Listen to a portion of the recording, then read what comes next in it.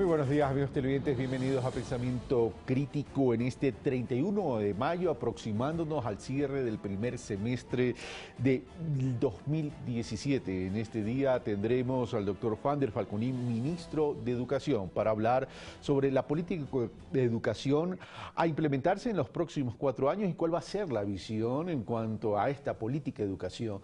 Y a propósito, muchas gracias por los comentarios y la sintonía del día de ayer, Impulso Político. Iniciamos. Señor ministro, muy buenos días. Gracias por haber aceptado esta invitación.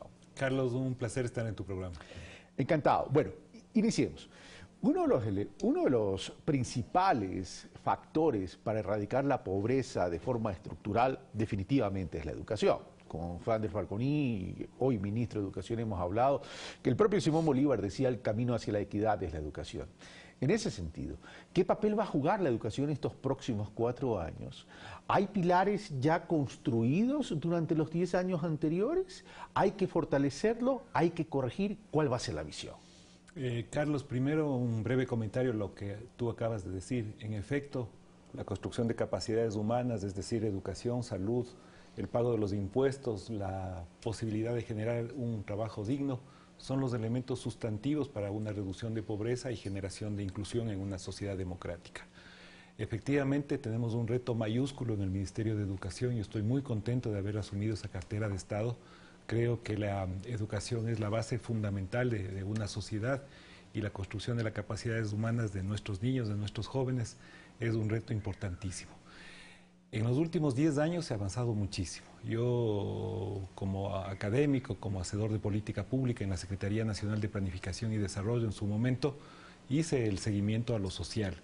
Pero cuando uno asume ya una cartera de Estado y se encuentra con cambios importantísimos en el sistema de educación, creo que hay una plataforma de base para implementar las políticas hacia adelante. ¿Y a qué me refiero con una plataforma de base? Por un lado, hemos tenido una inversión sostenida en el campo de la educación. Esa inversión lo que ha permitido en lo concreto es mejorar la infraestructura educativa. Hoy tenemos una infraestructura de mucha mejor calidad que hace una década. Esa infraestructura ha permitido generar mayores niveles de cobertura en todos los ámbitos de la educación. Y a partir de ahí, lo que yo quiero es primero solidificar lo que ya está construido, es decir, repotenciar, abarcar todos los aspectos de infraestructura, de gestión, tener una gerencia, digamos, en materia educativa en ese sentido, pero también poner mucho énfasis en los aspectos de calidad. Cuando uno habla de calidad, creo que se resume muy bien o se sintetiza muy bien en los aspectos de logros educativos. Es decir, cuáles son los logros que tiene un estudiante al inicio de un periodo escolar y al finalizar el mismo, en lenguaje, en matemáticas, en ciencias sociales, etcétera. Y la alternativa que nosotros queremos solidificar en este sentido es tener un trabajo muy fuerte en la interacción entre el docente y el estudiante. Es decir, ponerle en el centro del sistema educativo a esos dos grandes actores que son el docente y el estudiante y mejorar desde esa forma los aspectos de logros educativos. Que exista una verdadera interrelación. Pero vamos por parte. Comencemos por el tema de infraestructura. Durante los últimos 10 años es obvio y evidente que se hizo un trabajo de infraestructura importante con las escuelas del milenio y con la repotenciación ya infraestructura existente incluso. Pero una de las cosas que llamó la atención es volver a las escuelas pequeñas. ¿Eso significa volver a las escuelas unidocentes? Las escuelas unidocentes, el problema que tenían es que fundamentalmente estaba relacionado con la baja de calidad. Es decir, si bien el acceso puede ser inmediato porque queda en la comunidad, en la misma comunidad, la calidad se había deteriorado y así lo dicen los estudios. El momento que se genera una estructura de gestión educativa basada en un manejo territorial en distritos y en circuitos, lo que permite el distrito y el circuito fundamentalmente en los aspectos sociales y concretamente en el tema educativo es acercar, digamos, el servicio a la ciudadanía con una mejor infraestructura de calidad y con un mejor nivel de gestión operativo por parte del Ministerio. Es decir, ese modelo yo lo voy a sostener, el modelo de gestión educativa. Ahora bien, el propio presidente electo, Lenín Moreno, Ya lo dijo públicamente durante la campaña y lo reiteró incluso en el discurso del 24 de mayo, que se puede revisar algunos aspectos donde quizás la infraestructura puede tener un acercamiento mucho más adecuado a la comunidad. Eso lo vamos a hacer dentro de la lógica del Ministerio, pero respetando la planificación institucional, que creo que ha sido un gran paso que ha tenido el país en términos de acercamiento del servicio a la ciudadanía. Pero si la preocupación es la distancia, la solución podría ser un transporte escolar efectivo. Exactamente, esa es una de las posibilidades. De hecho, uno de los primeros trabajos que está en mi lógica de los 100 días, si quieres luego te desarrollo algunos de los elementos que estoy contemplando ahí, está justamente el tema del transporte. No solo por una necesidad, sino también por un pedido del propio presidente. No, claro. Ahora, vamos a lo siguiente. Dentro del mapa de ubicación de distritos, circuitos y de la existencia de las escuelas, dentro de este modelo de gestión que el señor ministro me ha mencionado, Juan del Falconi, es cómo estamos en la distribución geográfica urbano-rural. Es decir, recuerda tú que la ubicación de los distritos y circuitos se hizo en base de un conjunto de variables demográficas, de acceso, de calidad de los servicios, de problemáticas relacionadas con esos servicios, tanto en el campo educativo como en el campo de lo social. Así se definieron los distritos y los circuitos, entendiendo como unidades de gestión absolutamente desconcentradas. Incluso hoy los propios distritos tienen el acceso a manejar un pequeño fondo rotativo, pequeño, digamos, porque también está dentro de una lógica presupuestaria que tiene el Ministerio y el país, que le permita operar, digamos, y ya no tener esa ultradependencia de la centralidad, que en este caso normalmente se lo ejerció a través de Quito, Guayaquil y Cuenca. Es decir, tenemos un país mucho más desconcentrado en materia de servicios educativos. Ese modelo de gestión tiene que ir acompañado de un modelo pedagógico, que se lo ha ido construyendo por parte del Ministerio. Me parece que el énfasis ahora es generar que ese modelo que ya está construido en el territorio, que tiene los elementos de sostén pedagógico, tenga un mayor impulso en los aspectos de equidad y de inclusión, y fundamentalmente en los aspectos de calidad. Ahí es donde yo creo que el actual equipo que entra al Ministerio puede jugar un rol, yo diría que importante, para fomentar todos los aspectos de calidad. Y como te decía anteriormente, puede ser bastante trivial, la frase puede ser bastante simple, pero de una u otra manera todo se sintetiza en la interacción del estudiante con el profesor. Y por lo tanto, todos los aspectos que tienen que ver con capacitación docente van a ser el centro también de nuestra acción de política pública en el Ministerio. Ahora, cuando se habla de calidad y cuando se habla de potencializar la calidad, ¿cuáles son las líneas donde hay que trabajar y que Juan del Falconi ya ha detectado? Fundamentalmente en dos aspectos, y ahí también vamos a centrar en términos de urgencia, digamos, en estos primeros 100 días. Uno es el rezago estudiantil. Efectivamente, por la falta de integralidad del sistema en dos niveles, luego podemos desarrollar un poquito mejor, pero yo te diría que el primer nivel de integralidad que necesita ser reforzado es en la educación, digamos, inicial, donde el Ministerio de Educación lo recibe a los chicos, pero nosotros no tenemos la rectoría en la educación de 0 a 3 años, y ahí se forman todas las capacidades cognitivas, la inteligencia emocional, las capacidades, las destrezas de los niños y niñas. Creo que hay que buscar un eslabón de integralidad mucho más fuerte, en este caso concretamente con el MIES. Ahí hay un reto. El otro aspecto, que luego si quieres lo desarrollamos, es la integralidad que debe haber, la complementación, el engranaje con el sistema de educación superior. Entonces, en lo concreto, ahí hay un tema de rezago estudiantil que nosotros debemos actuar. Okay. El otro tema que es muy importante, Carlos, cerca de 1,5 millones de ecuatorianos no han terminado su bachillerato por diversos motivos.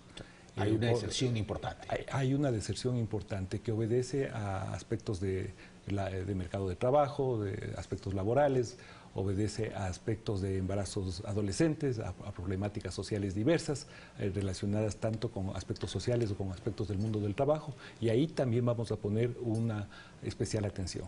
Ok, vamos desarrollando estos temas que ha mencionado Juan Andrés Balconi. Primero, este tema que para mí es neurálgico en la formación de los chicos, sobre todo entre los 0 y 3 años, porque ahí está la base, ahí está el fundamento. Esos son los chicos que van a recibir la educación en el país y eso es clave y fundamental. Pero no es competencia del Ministerio de Educación. ¿Eso qué significa? Significa que va a haber una articulación con el MIES, pero más allá de la articulación con el MIES, la idea entonces es que todos reclamemos una política de Estado y que eso la respetemos. Exactamente. Hay este famoso premio Nobel de Economía que se llama James Heckman, y él, entre otras cosas, ganó el premio Nobel justamente por decirnos esto, que las mejores inversiones son las que se hacen en la primera infancia. Hay un número especial de la revista The Lancet, que es esta revista de medicina, donde determina claramente que las capacidades cognitivas, las destrezas de toda índole se forman en esas primeras etapas de la vida, juega un papel donde el tema de nutrición juega un aspecto fundamental en ese sentido. Por lo tanto, las mejores inversiones que puede realizar un país está justamente en esa primera infancia. Esa es la primera infancia que nosotros recibimos ya en el sistema preescolar. Entonces, por lo tanto, es necesario que nosotros tengamos una articulación bastante fuerte, en este caso con el MIES. Pero más allá de la articulación debe haber una política de Estado. Así es. Es decir, si bien existió la intención, existen acciones de trabajar en eso, pero no ha sido un trabajo efectivo, a tal punto que tanto el presidente Correa como el presidente Moreno han dicho que ahí hay una tarea pendiente. ¿Cómo se va a diseñar y quiénes van a diseñar esa política de Estado? Creo que, digamos, hay dos ámbitos en lo que compone el MIES, ¿verdad? Uno es el tema de la protección y el otro es el tema de la educación. Ahí tenemos una gran cancha de articulación, en este caso con el nuevo ministro. Yo creo que sí se ha avanzado, digamos, en los sistemas de cuidado y protección, pero indudablemente en coberturas, por ejemplo, coberturas educativas, cuando uno mira los datos oficiales, se encuentra con que ahí hay un reto pendiente. El otro reto pendiente es el que tú ya lo señalaste, y de alguna forma el propio presidente Rafael Correa, no en el discurso de este 24 de mayo del 2017, pero sí en el discurso del 24 de mayo del 2016, hizo mucho hincapié en la necesidad de que la desnutrición es el abordaje de la problemática de la desnutrición infantil es una tarea pendiente para el país, y efectivamente es una tarea pendiente. Ahora, pero eso también tiene que ver no solamente con una política de Estado en términos conceptuales, sino en términos de cobertura y de acceso. Es decir, claro, eso tiene que ir de la mano con el mapa de la pobreza. Tiene que ir con el mapa de las necesidades básicas del país, es decir, que están focalizadas en los aspectos que sabemos: dotación de infraestructura productiva, necesidades de acceso a los servicios, mejoras de los ingresos de los hogares, y evidentemente el nivel de cobertura, que aún es bajo en ese segmento de la población ecuatoriana. Pues por eso te insisto, para mí es fundamental ese engranaje, porque son los niños que entran al sistema educativo, y si los niños entran ya con un rezago en su conocimiento, y si no tenemos los adecuados mecanismos de formación, de pedagogía, de técnicas educativas, de infraestructura, de todo lo que hablamos, ese rezago se potencia. Y finalmente se potencia no solo en la formación curricular, en los aspectos educativos de los distintos segmentos de la formación, sino que se potencia también finalmente en el acceso a la educación superior. Por lo tanto, el concepto de integralidad es un concepto fundamental. Carlos, solo para cerrar esta parte, ayer en la rendición de cuentas del Consejo de Educación Superior, recuerda que yo fui vocal electo por un concurso público y tuve que renunciar. Ayer era la rendición de cuentas públicas en la Asamblea Nacional. y justamente yo hacía hincapié en la necesidad de trabajar en la integralidad del sistema, en esta primera etapa del sistema y también en el vínculo entre el bachillerato y la educación superior, que es otro ámbito de acción. Ese es mi segundo punto, porque también Juan del Falconilla lo mencionó, es si hay que trabajar en esa integralidad y hay que trabajar en el enlace entre la educación superior y la educación básica, la educación general. Me llamó la atención cuando Juan del Falconilla dice no vamos a cambiar la malla curricular.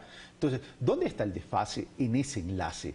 ¿Es en los contenidos de la malla curricular, en el perfil de la malla curricular o en la calidad de lo que se transmite de la malla curricular? O sea, como que son dos temas que valdría aclararlos, digamos. La malla curricular es un esfuerzo que ha hecho el Ministerio en los últimos años. Estos son temas de fondo en los aspectos educativos, como es obvio. Entonces, entrar y rediseñar una malla curricular que está en marcha me parece que no es adecuado. Lo adecuado, en este caso, como irresponsable, es hacer una evaluación en su momento de cómo está funcionando la malla curricular y hacer algunos énfasis que pueden ser absolutamente legítimos desde la visión que tenemos el nuevo equipo.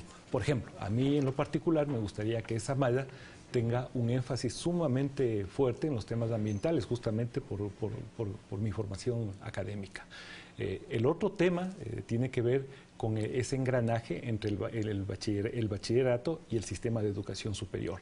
Ahí me parece que hay un conjunto de temas que deberíamos desarrollar.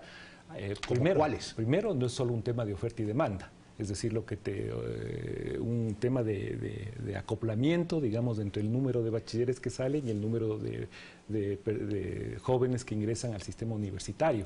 Ahí puede jugar un rol muy importante toda la estructura del bachillerato técnico, los institutos técnicos y tecnológicos que fueron parte de la propuesta de campaña del presidente electo, y también las prácticas preprofesionales. Hay tres aspectos que se deben ahí concatenar en forma adecuada. Fortalecer el bachillerato técnico, ¿verdad? Que es una tarea del Ministerio de Educación. El otro tema es la relación que debe tener el Ministerio, en este caso concretamente con la Secretaría Nacional de Ciencia y Tecnología, para fortalecer de mejor manera la visión de los institutos técnicos y tecnológicos, la formación dual, ese nivel profesionalizante de la formación que es fundamental en un país como el Ecuador, justamente por todos los temas de cambio de la matriz productiva, y si eso se va a potenciar hacia universidades, perfecto, digamos, entendiendo que es un punto neurálgico de la formación. Y el otro aspecto que no me corresponde a mí en este caso, sino a la Secretaría Nacional de Ciencia y Tecnología, tiene que ver también con las prácticas preprofesionales del sistema de educación superior. Solo para ponerte un dato ahí, estamos hablando de cerca de 40.000 jóvenes que cada año hacen las prácticas preprofesionales. Si esas prácticas están bien articuladas, tanto con lo productivo, con lo social, tenemos ya un sistema mucho más articulado en ese sentido. Eso ya lo hemos conversado con el secretario de la CENACID, Augusto Barrera, y creo que podemos hacer un buen trabajo en el engranaje en las dos dimensiones. Es decir, estos 4 años se tienen que caracterizar por la eficiencia desde la articulación para solucionar los problemas. Ahora, si Fander me dice, no tan solo debe responder al tema demanda-oferta, pero independientemente de aquello, Fander, tenemos que también ver realidades. Por ejemplo, no es lo mismo la educación urbana que la educación rural. Evidentemente debe haber un común denominador, debe haber una base, pero guarda relación con las particularidades y especificidades de las regiones y de los territorios. En un país mega diverso, con tanta diferenciación de toda índole, sin duda ocurre eso. Hay diferencias urbano-rurales, hay diferencias en la educación todavía por los niveles de ingresos que tiene la población, hay un reto que tiene la educación pública, en este caso de tener una mejora constante. Es decir, hay un conjunto de retos en un país diverso y efectivamente hay que entender estas realidades para aplicar un modelo educativo adecuado, sin olvidarnos también de que tenemos algunos aspectos de formación que son integrales, digamos, para toda la población ecuatoriana. guardando esas diferencias, podemos hacer esas especificidades sin duda alguna en el campo de la educación. Fíjate, el Ministerio de Educación es uno de los ministerios más grandes que tiene el país, no solo en términos del volumen de su presupuesto, de su posibilidad de inversiones, sino también por la articulación con los profesores. En el Ecuador hay cerca de 200.000 profesores. 55.000 profesores están en la educación privada y cerca de 145.000 profesores están en la educación pública. Tenemos que hacer un trabajo adecuado, articulado, de generación de potencialidades en los aspectos de capacitación, justamente para brindar todas estas oportunidades y ser eficientes en política pública. Ahora, se habla de que el Ecuador tiene necesidades de desarrollo y ese es un tema importante donde tiene que haber no solo el conocimiento, sino el desarrollo de la ciencia, de la tecnología, etcétera. La educación o la visión de la educación tiene que guardar relación o va a guardar relación estrechamente con el plan de desarrollo del país. Eso se llama pertinencia, digamos, en términos de concepto, es decir, la pertinencia que debe tener la educación con los objetivos de desarrollo que tiene un país. Nuestro país, el Ecuador, es un país que tiene un conjunto de necesidades muy diferente a la de los países ricos industrializados. Nosotros tenemos otro tipo de retos. Los retos son la inclusión, la destrucción de barreras atávicas históricas que ha tenido el país, buscar mecanismos de reducción de la pobreza efectiva a través de política pública, como hemos señalado, donde la progresividad en materia fiscal, la responsabilidad en ese sentido sea una actuación común de los ciudadanos, la construcción de capacidades humanas en educación, en salud, las políticas efectivas para generación de trabajo. Esos son retos que tiene el país. La necesidad de cambiar su forma de especialización histórica. Hemos sido durante 2 siglos vendedores de materias primas y generadores de poco valor agregado. Por lo tanto, los aspectos de generación de conocimiento son fundamentales. Pero la actual malla curricular, el modelo de gestión actual y la malla curricular actual, ¿guarda relación a esa pertinencia? Digamos, ese punto específico de la pertinencia hay que ensamblarle o buscar esas respuestas de mejor manera en la educación superior. Yo creo que en la educación superior, digamos, nosotros tenemos que lograr una articulación y de hecho por eso cuando uno lee la Constitución y ve los principios de la educación superior aparece con mucha fuerza los aspectos de pertinencia. Indudablemente en los otros niveles de educación, tanto en el nivel primario como el nivel bachillerato, indudablemente tiene que haber sindéresis con aquellos objetivos de desarrollo de un país, pero también tiene que tener un énfasis en el fortalecimiento de aquellos aspectos que los estudiantes necesitan conocer, matemáticas, lenguaje, ciencias naturales, ciencias básicas, etcétera. Pero se me hace que falta un elemento, van der Bergoni. Es el tema de empoderamiento cívico, el tema de empoderamiento del sujeto, del individuo, para que tengamos ciudadanos comprometidos. ¿Cómo lograrlo?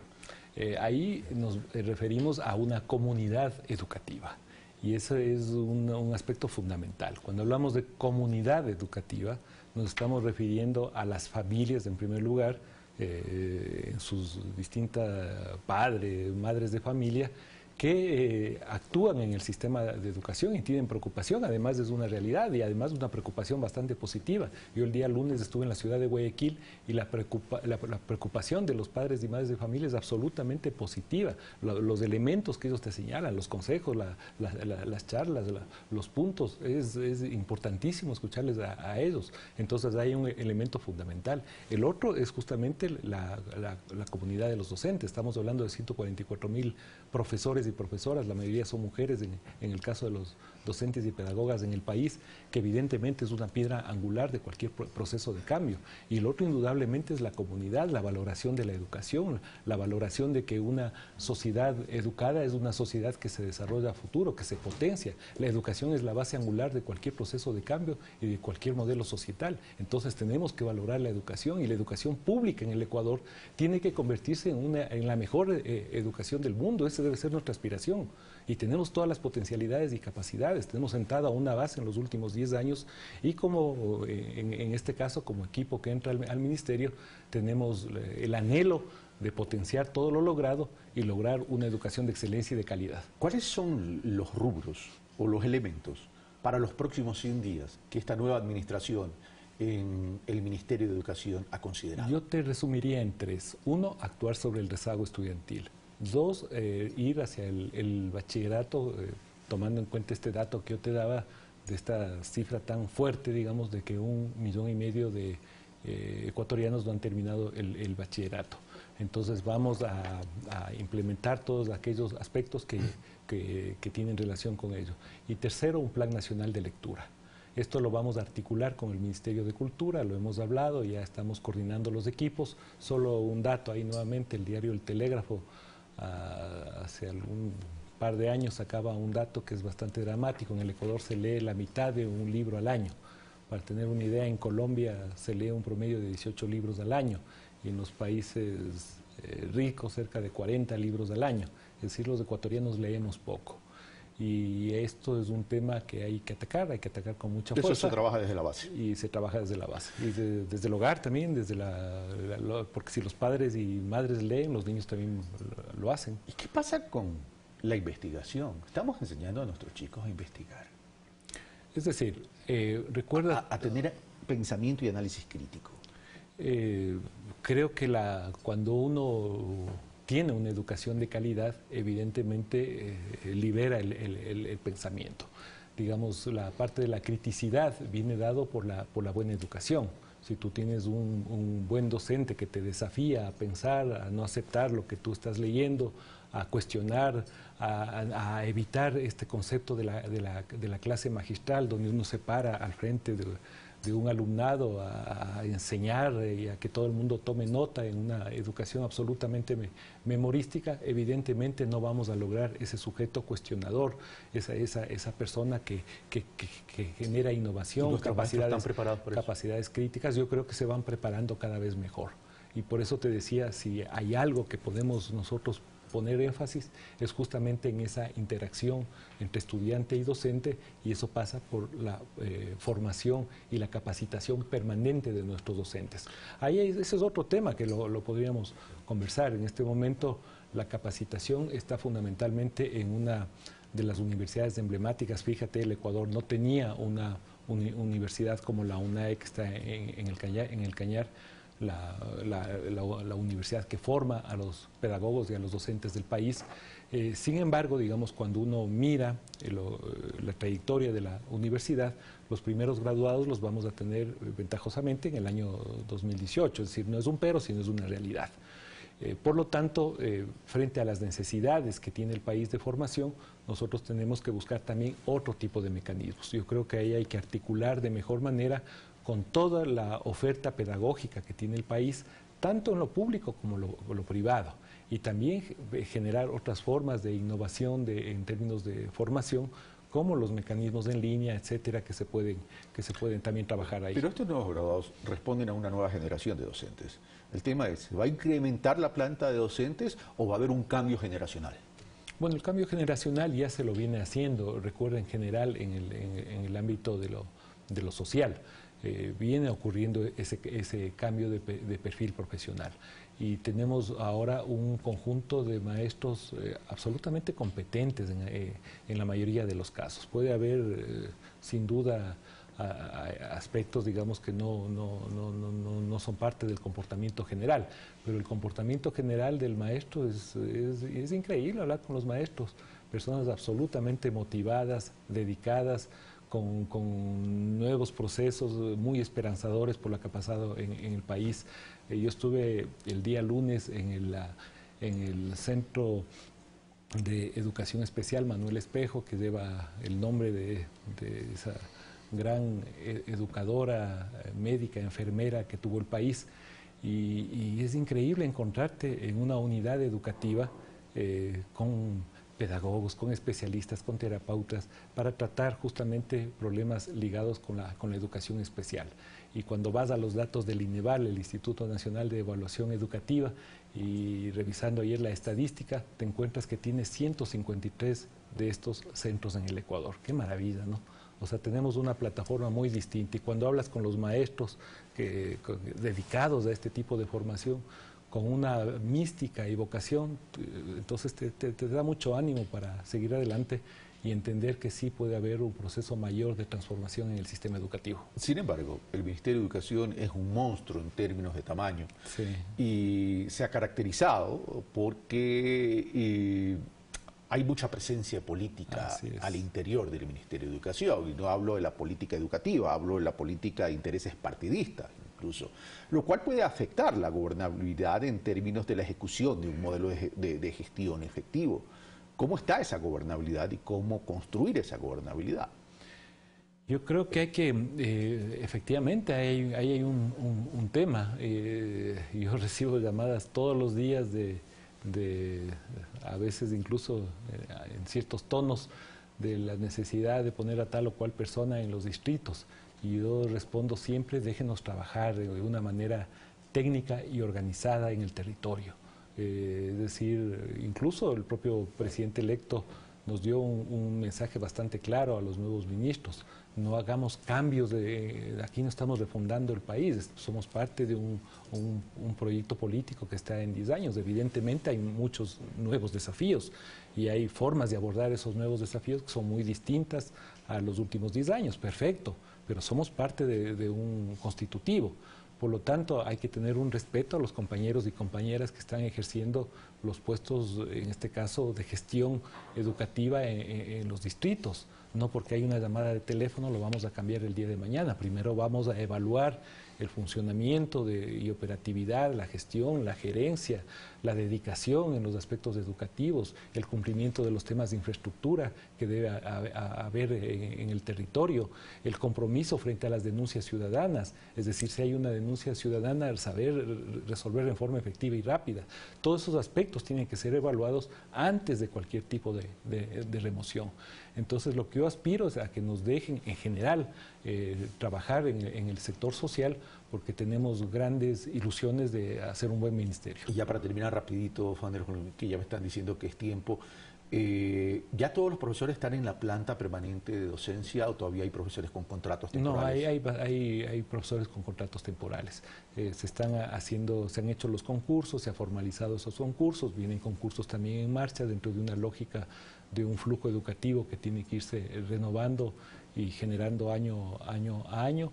Y evidentemente la meta es generar estabilidad, como ya lo tiene. Ventajosamente, cuando nuevamente tú conversas con los propios profesores, la mentalidad del profesor ecuatoriano ha cambiado mucho. Es un profesor que sin duda tiene retos, exigencias. Hoy justamente la red de maestros entiendo que se moviliza a la Asamblea Nacional, a la Comisión de Educación de la Asamblea Nacional, a presentar un conjunto de pedidos. Los vamos a recibir también en el Ministerio. Son legítimas aspiraciones que tiene un gremio legalmente constituido, pero en general, digamos, hay una nueva visión del aporte fundamental que tiene el docente al sistema de educación. Fander Falconi, muchas gracias por estar con nosotros. No, gracias, Carlos, a ti. Bueno, como siempre, insumos para que ustedes sigan evaluando, monitoreando la ejecución de la política de Estado en relación, en este caso, de la educación, para que ustedes saquen sus conclusiones. Antes de terminar rapidito, Chiqui, gracias Rita Toledo por este libro que me has enviado.